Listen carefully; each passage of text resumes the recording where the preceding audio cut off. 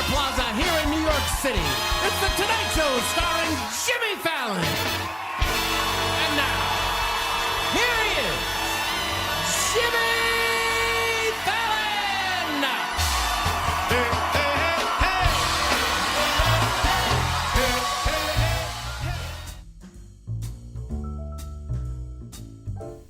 Welcome everyone to The Tonight Show. Today we will be exploring the different views of different heretics to diversify our views. You might be wondering, what is a heretic?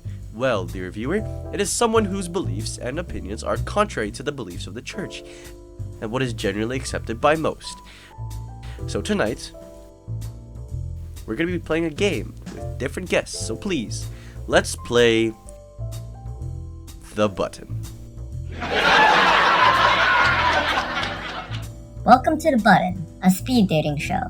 Either person may press the button at any time to swap out their date for a new person. Let's get started. Hi, my name is Marcel. I'm a Marcionite. Hi, I'm Origin. What is Marcionism? It's basically the belief that the God from the Old Testament is fundamentally different and worse than the God in the New Testament. In other words, the God who created the world is not the same as the God who sent Jesus. What? That Maybe because is the church isn't. heresy. Everyone knows that there's only one God from the beginning of the universe to the salvation of Jesus to the present day. God is shown to progressively reveal himself throughout the New and Old Testament. For example, in Hebrews chapter 1 verse 1 to 2, it is said that God has revealed the spiritual things to us through his Son. By the button of Judas, I do not like you. Maybe because the church isn't. A few moments later.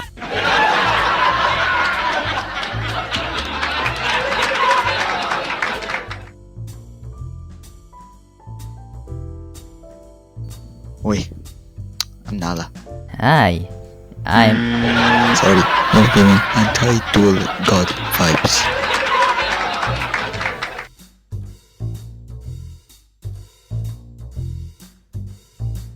Hey bro, what's up? I'm Arrhenius. This guy. What are your thoughts on Gnosticism? Oh, that heresy is so outdated. The idea that there is an inferior and greater God who is responsible for the material and spiritual world respectively is so maliciously elitist. Additionally, even the mention of secret knowledge, only accessible through gnosis, is so uncivilized. Everyone knows all can access unlimited knowledge through Jesus. That is such a woke thing to say. I wish I could respect you, but your way of thinking is so contemporary. Not everyone can find answers through Jesus. If salvation was available to everyone, it wouldn't be so sought after. May the Lord forgive you. You're such a snowflake.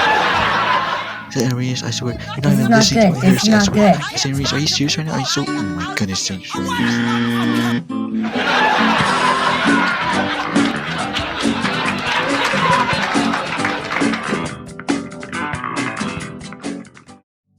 I'm glad I pressed myself there.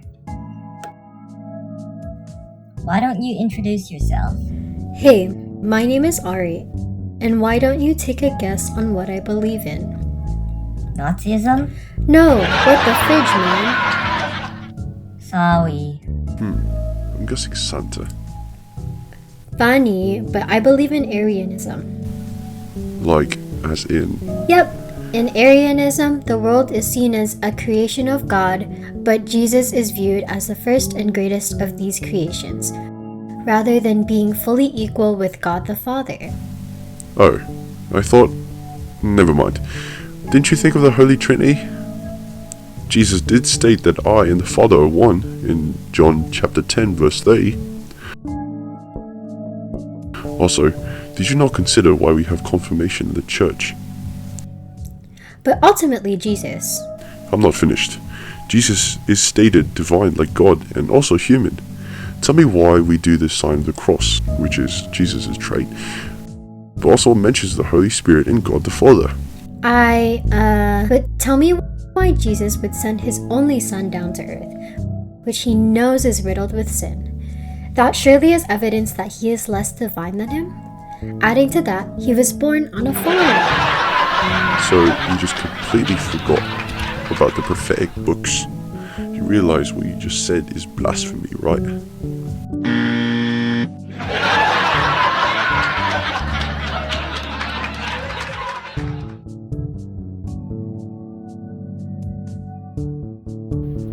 Who are you? Your worst nightmare.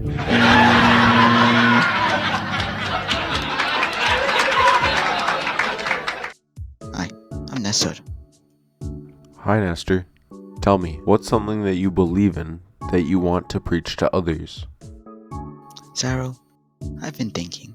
Your idea of Christ being one person with both divine and human parts is a bit confusing. Nestorianism offers a clearer way of understanding him by keeping his divine and human aspects separate but connected. Nestor, I see where you are coming from, but splitting Christ into two separate parts does not do justice to his unity. We believe he's one person with both divine and human nature, perfectly united.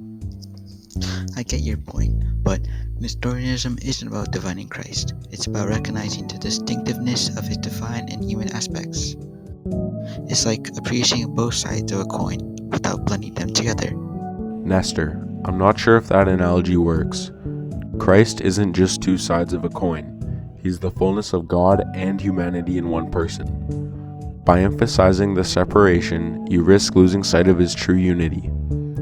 With the right path, God can also unify you with him. I feel like we can try this again, but we will have to see what God has in store for us. Alright? I agree. We will see. Ouch. So at this time of the show, we'd like to spice things up and throw in a curveball or two. In this case, this curveball is called Double Date. Our guests for this curveball are Monica Fong, Bennett Apoli, St. Gregory of Alexandria, and St. Leo the Great. How fun. Hey guys, we are best friends. We come in a package. That sounds great, especially because there are two of us. What are your guys' religious beliefs? I believe in monophysitism, and my Bennett dear believes in Apollinarianism. Even though our beliefs are slightly different, we do not let them get in the way of our friendship. And what are these beliefs of yours? Well, monophysitism is the belief that God has a soul, nature, rather than a dual nature. I believe he is fully divine and not human at all. What do you think of this, Leo? I can't believe how wrong you are. God must have a dual nature, and if he was not human, why was he still born human and not made human? Yes, it is true he is divine, but he is also human, due to the fact that he still felt hunger, thirst, he fasted, and he prayed just like humans. If he wasn't human, why would he need to pray as humans would just pray to him? Jesus was born to a human mother and also bled like a human. God does not bleed, but Jesus does because he was human. Okay, while you guys debate that, I'm going to tell St. Gregory about Apollinarianism. Apollinarianism believes that God does possess a dual nature. However, we believe that he does not have a rational soul or mind and only a divine one.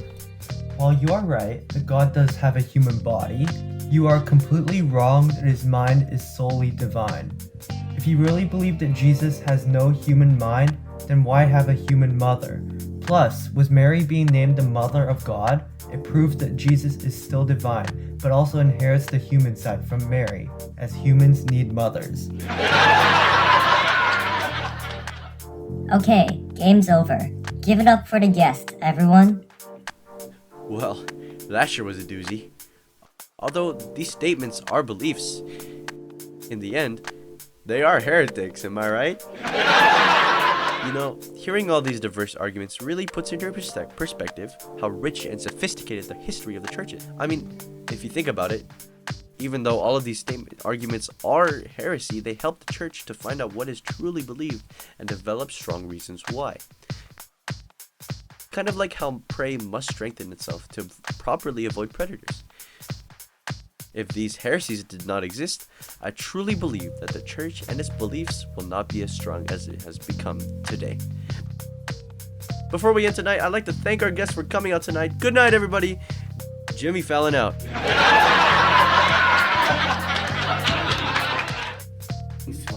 Through his son, by the bottom of Judas, I do not like you. By the bottom of Jesus. Alright, we're good?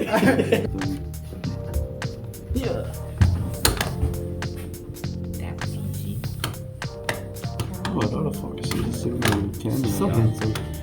Shut up. Have ever known. Don't know where it goes. Take it over, Douglas. But it's only me and I walk alone. Da-da, da-da, da-da, da-da, da-da, da-da.